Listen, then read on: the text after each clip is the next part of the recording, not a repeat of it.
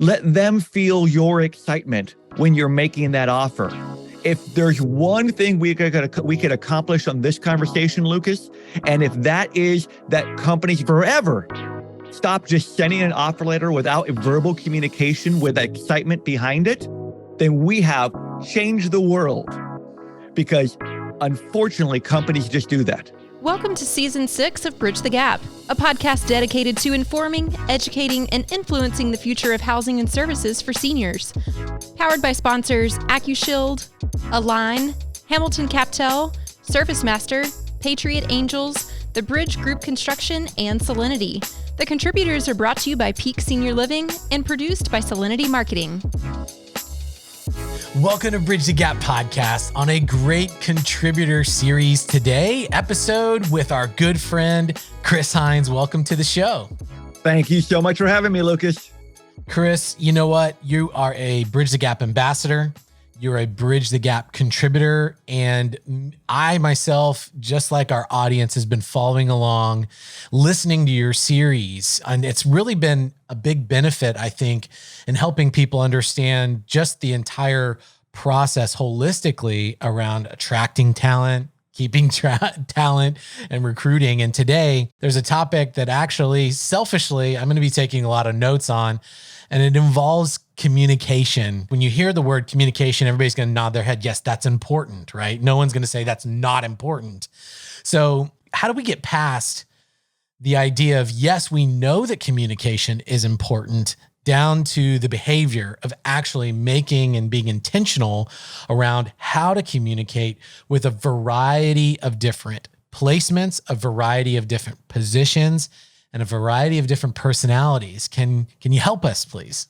I'll try to do my best there, Lucas. But you're exactly right. Communication is one of those things that we say it's so important, but sometimes we rarely do the things that we know we should do. And here's the easiest suggestion that I have. How would you want to be treated? If you were in an interview process, how would you want to receive communication? So that's the biggest thought process that I have when we're dealing with our client companies and helping them finding the right talent is we want to ensure that we're providing as much communication from that client to the prospective candidate, because if we were in those shoes, we would want to know more. So a couple of things that I could touch on there. One is in the interview process. I completely get that companies and hiring managers have several candidates that they're interviewing. For that matter, they have several positions that they're interviewing candidates for. So it is difficult to maintain a line of communication with everybody. But it could be something as simple as a once a week email, if the process is going to be long, giving everybody in that process a simplified update that we are still interested. It should be no later than, let's say, next Tuesday before we have feedback. But communication goes both ways. We've heard of that term of ghosting, where candidates stop communicating with the companies that they're interviewing for.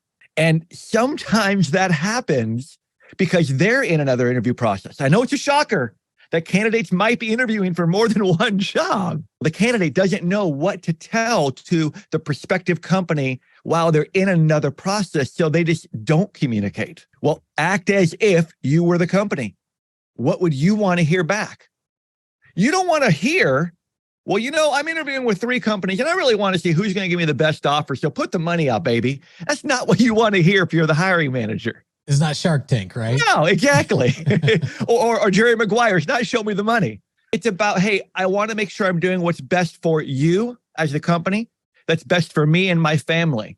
So can we agree that within 48 hours from now, I'll give you a decision? That is drastically different than just not communicating, hoping you could buy a couple extra hours or a couple extra days while you're waiting for something else to come through. So that communication really does go both ways. Well, I think that's crucial. And when I hear that, I think, oh, okay. Back to your original point is like, how do you want to be treated? What you would think would be common sense, but I'm kicking myself now knowing that I've not followed through on all of those things personally. And then for bigger companies, it gets even more complicated because there's more involved, the hierarchy, maybe some bureaucracy, and maybe people are just very, very busy and they're not really being intentional around this. Or have you seen the same thing? I really have. And the best example I could give to you is when you go on a plane ride, the pilot's probably done a couple thousand flights, right? Well, do you ever notice when you were walking in that many times that they have, now it's an iPad, but it used to be a big monstrous 3-ring binder where they're going through a checklist of everything that they need to accomplish? Would you rather go on a plane where the pilot goes, nah, I've done it before, I'm good? Or would you rather go on a plane where the pilot is literally going item by item and checking off each respective thing to make sure that it's right? Well, that's what companies can do. They can have a checklist of everything that needs to be done for the entire interview process and not just have the thought process, yeah, I know what we need to do, but actually go through each individual item, as mundane, as simple as it may be, so you could literally check it off to ensure that it's done. That helps a lot of those things that happen, particularly from offer acceptance to start, where you don't want to have that whoopsie of you forgot to order their laptop, you forgot to get them a welcome gift, you forgot to make sure someone's going to be there on day one. So the checklists are really, really helpful things. Yeah, and I can see how that would really tie into communication, both with the hiring process and the onboarding process right there. It seems like a checklist would be very beneficial for both of those scenarios. Absolutely. From the candidate standpoint, when they resign from their company, that's a big life-changing moment when they go and resign. They have to say goodbye to their friends.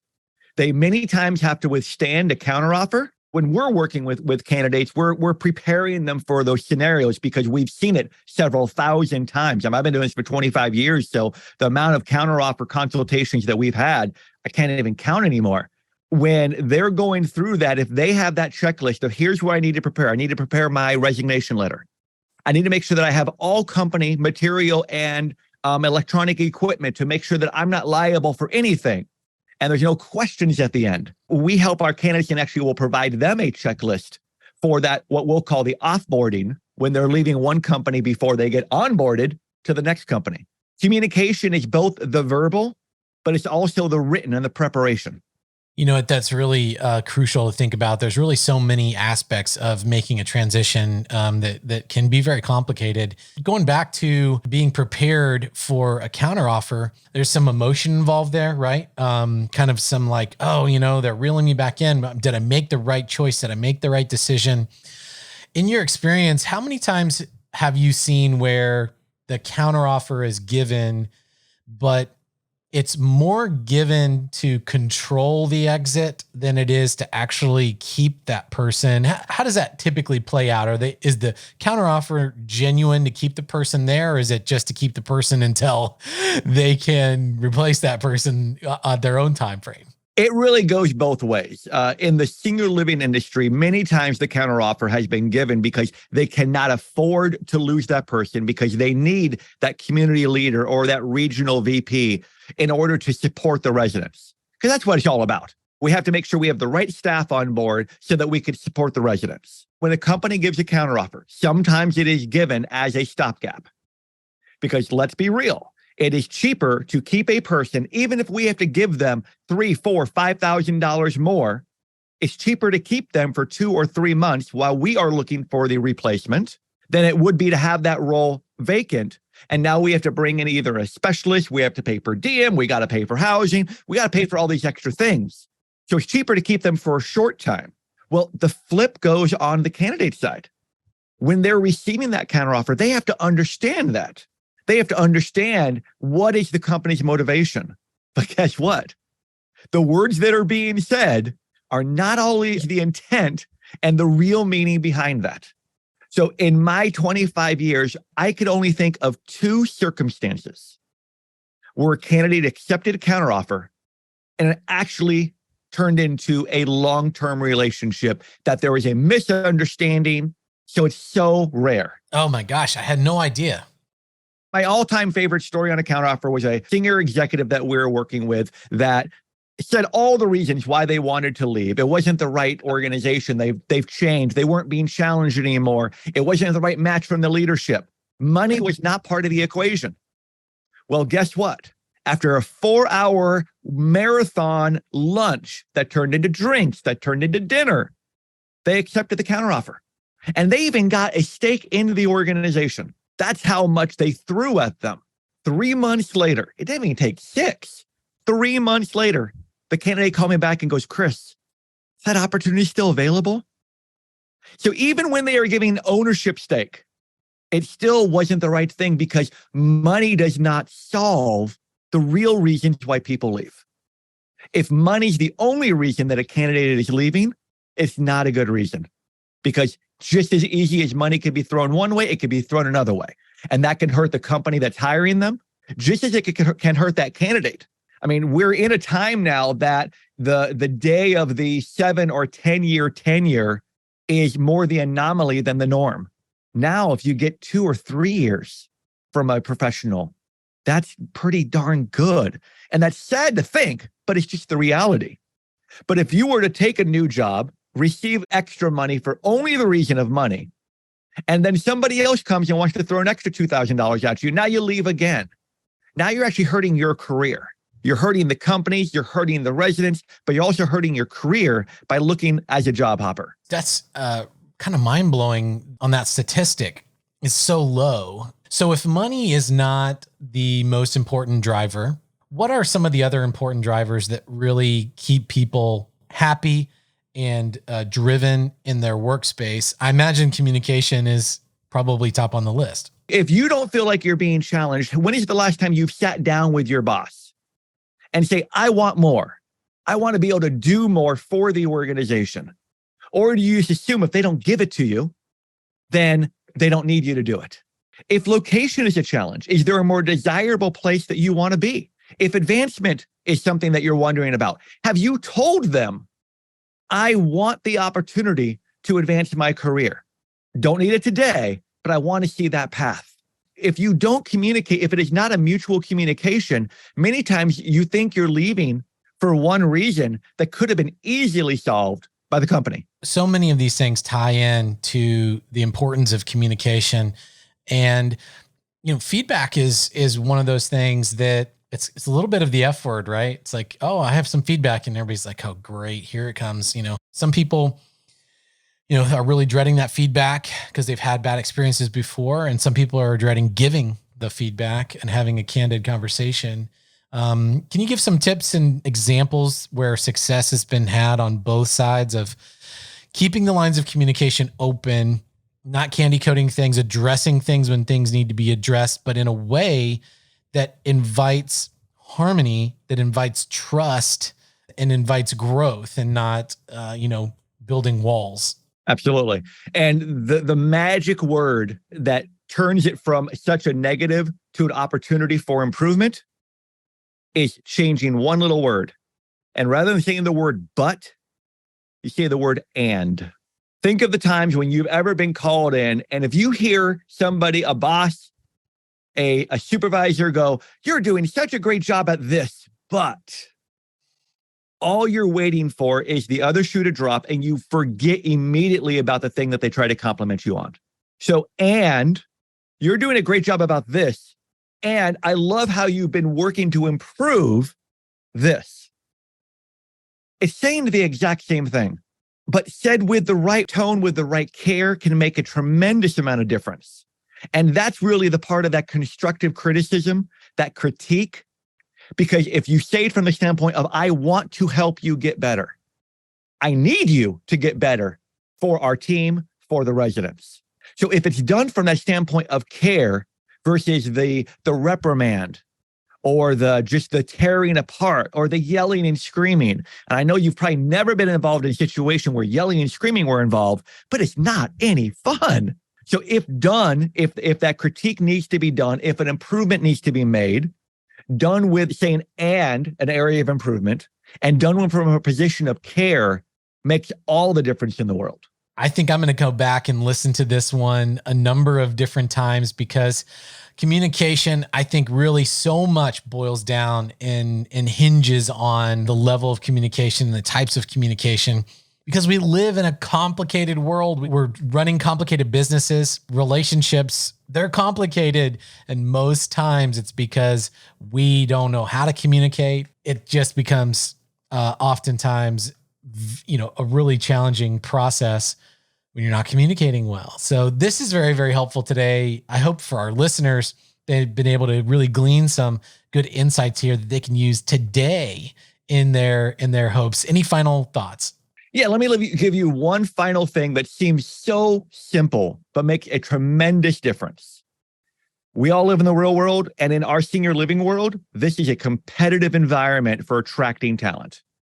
We are not in the days of just being able to put an ad out there and 35 perfectly fitted candidates are going to come to the table.